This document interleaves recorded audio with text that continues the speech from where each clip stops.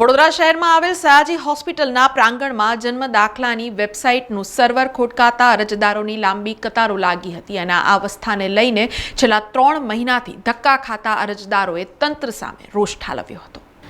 વડોદરા શહેરના સયાજી હોસ્પિટલમાં જન્મ દાખલો બનાવી આપતા વિભાગમાં છેલ્લા 3 મહિનાથી અવ્યવસ્થા સર્જાઈ છે। સર્વર ખોટકાઈ જતા નવજાત બાળકોના જન્મ દાખલા માટે વાલીઓને ધર્મના ધક્કા ખાવાનો વારો આવ્યો છે, જેને લઈને લોકોમાં પણ રોષ વ્યાપ્યો છે। છેલ્લા 3 મહિનાથી સર્વર ડાઉન હોવાનું જણાવી લોકોને ધક્કા ખવડાવતા લોકોમાં સરકાર દ્વારા શરૂ કરાયેલ ડિજિટલ ઇન્ડિયા સામે અનેકો પ્રશ્નો ઊભા થઈ રહ્યા છે। હું સયાજી હોસ્પિટલમાં આવ્યો છું બાળકના જન્મના દાખલા માટે। ઘણા બધા અહીંયા એવા છે કે જે છેલ્લા 6 મહિનાથી ધક્કા ખાય છે, પણ ના એમની પર મેસેજ આવી રહ્યા છે કે ના એમના જન્મના દાખલા મળી રહ્યા છે। છેલ્લા 1 મહિનાથી તો હું ધક્કા ખાઈ રહ્યો છું। મારી બાળકી આજે 1 મહિનાની થઈ ગઈ છે, પણ ના જન્મનો દાખલો આવી રહ્યો છે કે ના કશું જ આવી રહ્યું છે એનું। બસ જ્યારે આવે ત્યારે એમનું સર્વર બંધ હોય છે હંમેશાના માટે। અને ઘણી તકલીફ એવી છે કે ગવર્મેન્ટ અમુક નિયમો લઈને આવે છે કે ભાઈ તમારા ઘરમાં બેબી જન્મી તો 3 મહિનાની અંદર તમારે એનું ફોર્મ અમુક ભરવાના હોય। જ્યારે જન્મનો દાખલો જ નહીં બને તો એનું આધાર કાર્ડ કેમનું બનાવીશ, રેશન કાર્ડમાં કેમનું નામ લખાવીશ?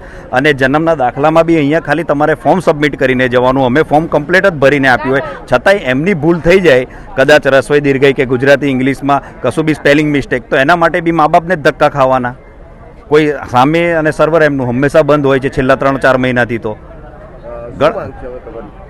માંગ તો શું હોય સાહેબ કે જન્મના દાખલા અપાવડાવો અને સર્વર ચાલુ કરાવડાવો। ગવર્મેન્ટ સર્વર લાવે છે, ઓનલાઈન લાવે છે, બધું સારા માટે છે, પણ સર્વર જ ના ચાલતું હોય તો સર્વર શું કામના? જ્યારે તમારું નોર્મલ મોબાઈલમાં સર્વર આરામથી ચાલતું હોય છે તો આ ગવર્મેન્ટની વેબસાઇટો કેમ નથી ચાલતી? જેમાં આજરોજ વહેલી સવારથી જ રૂકમણી ચેનાની પ્રસૂતિ ગૃહની સામે જન્મ દાખલા કરાવવા વાલીઓની લાંબી કતારો લાગી હતી, જ્યાં નાના બાળકો સાથે આવેલી મહિલાઓને પણ ભારે હાલાકીનો સામનો કરવાનો વારો આવ્યો હતો। ત્યારે તંત્ર દ્વારા કોઈ પણ યોગ્ય પ્રકારની કાર્યવાહી ન કરાતી હોવાથી અવ્યવસ્થા સર્જાઈ હોવાના દ્રશ્યો પણ સર્જાયા છે। અહીં ફક્ત વડોદરાના જ નહીં પરંતુ દૂરથી પણ લોકો જન્મના દાખલા કઢાવવા માટે આવતા હોય છે, ત્યારે તંત્ર અને જવાબદાર અધિકારી કર્મચારીઓ દ્વારા યોગ્ય જવાબ ન મળતા લોકોમાં રોષ વ્યાપ્યો છે। છેલ્લા 2.5 મહિનાથી મને ધક્કા ખવડાવે છે।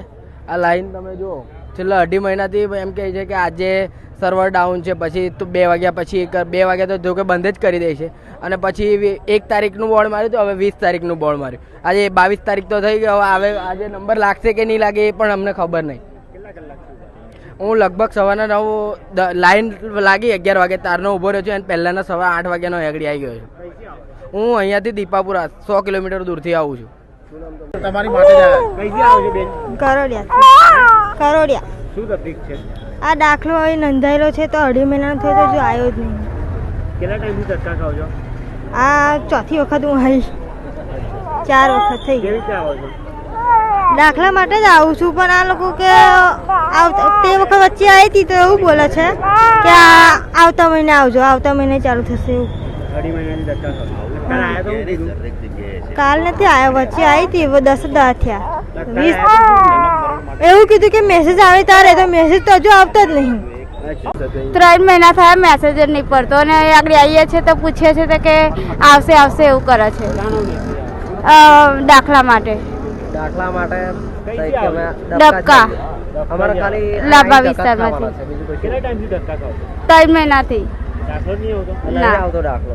સમાચારોના સતત અપડેટ માટે TNN ન્યૂઝને YouTube પર સબસ્ક્રાઇબ કરી બેલ આઇકોન પ્રેસ કરો અને અમારી સાથે જોડાયેલા રહો Facebook, Instagram અને Twitter ઉપર।